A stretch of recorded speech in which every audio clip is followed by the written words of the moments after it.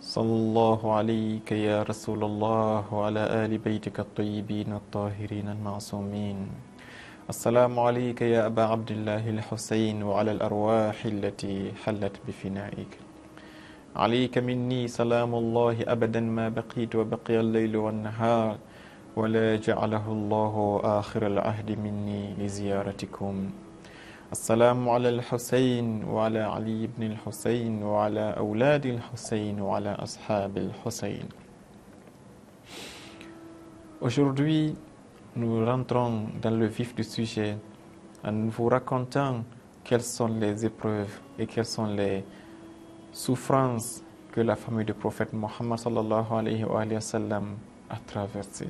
Nous allons vous raconter les épreuves que l'imam Hussein a dû traverser et qu'est-ce qui s'est réellement passé pendant ces 10 jours que nous sommes en train de commémorer, ces 2 jours qu'on appelle Ashura. Tout commence avec l'histoire de Muawiyah, comme vous le savez. Muawiyah, il s'est clairement levé et il s'est opposé à l'imam Ali alayhi salam, sachant que l'imam Ali non seulement est celui qui a été désigné par le prophète, Muawiyah a osé se lever contre le calife de son temps et il l'a désobéi, et à cause de lui, il y a eu des milliers et des milliers de morts. Muawiyah s'est levé contre l'imam Ali et après qu'il a rusé jusqu'à ce que l'imam Ali soit assassiné, l'imam al-Hassan alayhi salam s'est levé comme il était le 2e imam, et Muawiyah l'a trompé, il l'a trahi et il a payé une femme pour l'empoisonner. Mais une fois que l'imam al-Hassan a été assassiné sur ordre de Muawiyah, Muawiyah a voulu commettre un 2e crime et l'imam Hussein a dit que non, cette fois-ci c'était trop. Quel était ce crime? Ce crime est raconté dans tous les livres des sunnites et moi je ne fais que résumer ici quelques passages pour nous faire comprendre ce qui suit. Inna Muawiyata lamma maradatahu allati halaka fiha da'a Yazid ibnahu faqal. Quand Muawiyah a eu son temps pour faire son mandat et qu'il a subi une maladie et qu'il a compris que cette maladie allait le détruire et l'anéantir, il a appelé son fils Yazid. Sachant que Muawiyah avait un pacte qui disait qu'après sa mort, c'était la famille du prophète qui allait lui succéder, qu'est-ce qu'il fait? Il viole ce pacte avant de mourir. Et là, c'était déjà la violation de trop. Il appelle son fils Yazid et il lui dit ceci. Il dit, Ya bunayya, oh mon fils Yazid, inni qad kafaytuka ar-rihlata wat-tarhal. ووطعت لك الأشياء وذللت لك الأعداء وأخضعت لك أعناق العرب وجمعت لك من جمع واحد وإني لا أتخوف أن ينازعنك هذا الأمر الذي استتبت لك إلا 4 نفر من قريش. Il appelle son fils Yazid, il dit, mon fils, moi j'ai réussi à travers mes ruses à prendre le pouvoir. Mais maintenant, voilà que je suis en train de mourir. Je t'informe ceci. Je t'ai préparé le terrain. J'ai réussi à corrompre les Arabes. J'ai réussi à, disons, inventer des hadiths pour convaincre les musulmans. J'ai réussi à les attirer vers nous afin qu'ils restent toujours avec nous et que même après moi, toi, tu sois leur chef. J'ai réussi à ce qu'ils acceptent ta chefferie et j'ai réussi à ruser pour qu'il n'y ait personne qui puisse s'opposer à toi. Mais seulement, il reste quelques problèmes. Il y a 4 personnes qui ne vont jamais accepter que tu sois mon successeur, que tu sois à la tête de la communauté musulmane après mon départ. Il dit, qui sont-ils? Le premier, Al-Hussein ibn Ali. C'est l'imam Al-Hussein alayhi salam qui est le fils de l'imam Ali. Il ne va jamais accepter que tu prennes le pouvoir après moi. Pour quelle raison? Car j'ai un pacte avec son frère Hassan qui disait que quand je meurs, c'était lui qui allait venir au pouvoir et pas toi, mon fils. Des deuxièmes, wa Abdullah ibn Amr, wa Abdullah ibn Zubayr, wa Abdurrahman ibn Abi Bakr. Ce sont ces 4 personnes qui vont s'opposer. Mais Muawiyah dit que Abdullah ibn Omar n'est pas difficile à convaincre, ni les 2 autres. Mais quant à l'imam al-Hussein alayhi salam et Abdullah ibn Zubayr, il faut que tu te prépares, car tant que ces gens-là vont rester en vie, tu ne vas jamais pouvoir diriger la communauté, tu ne vas jamais rester tranquille dans ton pouvoir. Voilà un peu ce qui s'est réellement passé. Le prophète était décédé, il devait avoir quelqu'un de correct, quelqu'un d'infaillible qui le succède, mais ici Muawiyah, qu'on connaît comme étant quelqu'un qui n'est rentré à l'islam qu'à la fin de la vie du prophète, qui connaît rien en islam, voilà qu'il a pris les rênes du pouvoir et qui s'est autoproclamé calife. Et voilà qu'après sa mort, il voulait nommer son fils comme étant le calife des musulmans. Un fils qui buvait l'alcool, un fils qui faisait tout ce qui était interdit et qui était reconnu par tous les musulmans comme étant un fils qui n'a aucune connaissance en islam et qui était un enfant gâté, qui ne faisait que jouir des richesses de son papa avec les femmes et avec l'alcool. Et voilà celui qu'il voulait mettre à la tête des musulmans. Et les musulmans aussi acceptaient cela en appelant ceci comme Amir al-Mu'minin. Et cela est toujours accepté par vous les sunnites, vous qui acceptez Muawiyah et Yazid comme étant des califes du prophète. Imam Hussein disait que ça c'était trop. Il ne pouvait jamais s'asseoir et accepter que cela soit là. Qu'est-ce qui s'est passé? Ils ont utilisé une ruse. Imam Hussein était à Médine et ceci était où? En Syrie, à Damas. Donc ils ont écrit une lettre à Walid.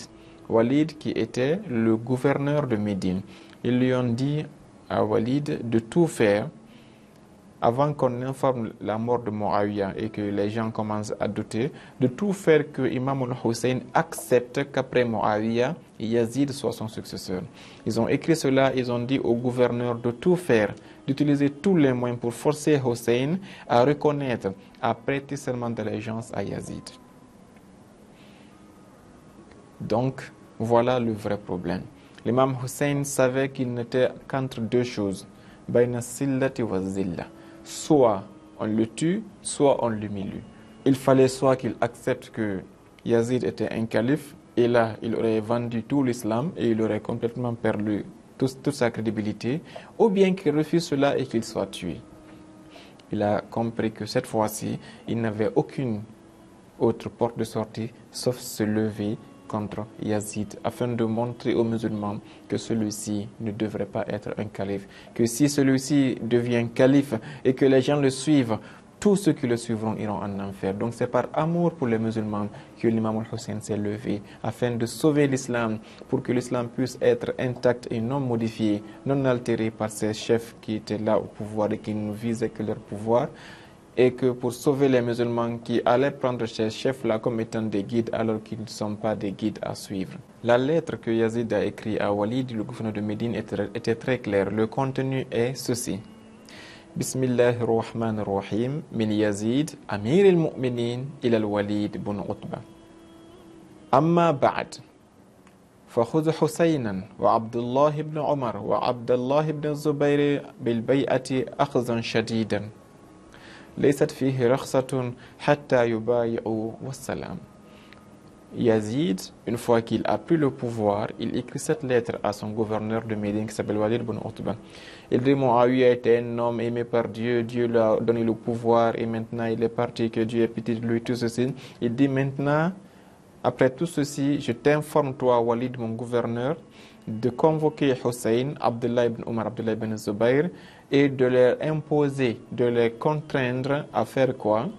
À accepter mon califat, à ce qu'ils prêtent allégeance et qu'ils reconnaissent mon pouvoir. Et faire cela de manière autoritaire et sans aucune complaisance jusqu'à ce qu'ils acceptent. C'est soit ils le font, soit ils meurent, mais il n'y a pas une autre porte de sortie. Cette lettre est la preuve la plus palpable. L'imam Hussein était déjà informé, car c'est un homme qui est en parfaite connexion avec Dieu et qui connaît l'invisible. Il connaît que quand Yazid a pris le pouvoir, qu'est-ce qu'il a dit? Il a dit La'ibat banu Hashim bil mulk, la khabar ja'a wa la wahyun nazal. Yazid, quand il a pris le pouvoir, qu'est-ce qu'il a fait? Il a dit que Banu Hashim, le prophète Mohammed ainsi que sa sainte famille, ont utilisé la religion comme couverture pour prendre le pouvoir. Lui, dans sa conviction en tant que Yazid, il dit il n'y a aucune révélation qui est descendue et il n'y a aucune religion qui a été révélée. Il dit que ceci n'a été qu'un prétexte pour qu'il nous gouverne. Maintenant, nous avons repris le pouvoir et ça va toujours rester dans nos mains jusqu'à la fin des temps. C'est pour cette raison le motif de l'imam Hussein se dessine ici, c'était pour sauver l'islam. Car imaginez quelqu'un qui se dit calife du prophète, qui se dit successeur du prophète, mais qui dit que le prophète n'a utilisé l'islam que comme une couverture pour pouvoir diriger les Arabes, qu'il n'y a eu ni ange Gabriel, ni Coran, ni Dieu, ni révélation. Tout ceci n'ont été qu'inventés par le prophète pour pouvoir dominer les gens, et les gens l'ont suivi aveuglément. Imam Hussein savait que s'il laissait un homme comme ça sur le pouvoir pour se prétendre être calife du prophète, son seul objectif c'était quoi? C'était d'anéantir et d'éradiquer l'islam sur la planète Terre. Et la deuxième preuve est que quand Sayyidat Zainab alayhi salam, la sœur de l'imam al-Hussein, a été captive et qu'elle a été présentée devant Yazid, après que son frère a été tué à Karbala, on les a conduits à Damas, nous allons y venir Inch'Allah. Elle avait dit à Yazid, Sa'sa'ayaka waf'al ma badalak, fais ce que tu veux, ô Yazid. Wallahi la tamhu zikrana. Elle a dit à Yazid, fais ce que tu veux, fais tes ruses, monte toutes tes stratégies, mais je jure par Dieu, moi Zainab, la fille de Sayyidat Zahra, la fille du prophète Mohammed, je jure par Dieu que tu ne vas jamais éteindre notre rappel. Notre nom en tant que prophète, en tant qu'Ahlul Bayt, tu ne vas jamais éteindre ce nom. Le nom du prophète Mohammed va toujours rester jusqu'à la fin des temps et tu ne vas jamais éradiquer la révélation divine. Cette phrase de Sayyidat Zainab alayhi salam est l'une des preuves les plus palpables que l'objectif de Yazid c'était quoi? C'était d'éradiquer la révélation de Dieu afin de pouvoir éliminer et effacer toute trace de l'islam sur la planète Terre. Il a fallu pour empêcher cela que l'imam al-Hussein se lève. Et Inch'Allah ta'ala, nous allons essayer de voir quelles sont les stratégies que l'imam al-Hussein a utilisées. À partir du moment qu'il a compris que Yazid a pris le pouvoir et qu'il a demandé de le suivre par contrainte, sinon il va le tuer, l'imam Hussein ne s'est plus assis les bras croisés, il s'est levé et il a commencé à mener sa révolution car il était contraint de le faire. Soit il s'assoit, on le tue, soit il se lève, on le tue. Donc il a fallu qu'il mette en valeur sa mort afin que ça soit médiatisé, afin que ça soit vraiment vulgarisé pour que toute personne consciente se réveille et dise oui, l'imam Hussein ne devrait pas être tué. Il est le petit-fils du prophète non seulement, il est le meilleur des croyants de son époque, mais aussi il a été l'imam de son temps qui a été tué par des gens qui se sont qualifiés de musulmans, de califes de prophètes, mais dont le prophète avait qualifié de fiatul Bariya. C'était pour ne pas que vous les sunnites vous suivez ces gens-là que l'imam al-Hussein s'est levé. Mais malheureusement, malgré son combat, vous n'avez pas encore compris que ni Muawiyah ni Yazid ne sont des gens à suivre, car ce sont des gens qui n'ont rien à voir avec l'islam, mais qui n'étaient ici que pour venger leurs grands-pères qui ont été tués à Badr, qui ont été tués à Khaybar, qui ont été tués durant les combats de la vie du prophète Mohammed sallallahu alayhi wa sallam. Réveillez-vous et comprenez que le combat de l'imam al-Hussein, il l'a fait par amour pour vous les sunnites, plus que par amour pour nous les chiites, car nous connaissons qui il est, qu'est-ce qu'il veut faire. Mais il faudrait que nous vous informions que son combat, c'était pour vous sauver. Et ça restera toujours pour vous sauver et pour ne pas suivre ni Muawiyah ni Yazid, car en les suivant, vous finirez toujours comme eux ils ont fini. Wassalamu alaikum wa rahmatullahi ta'ala wa barakatuh.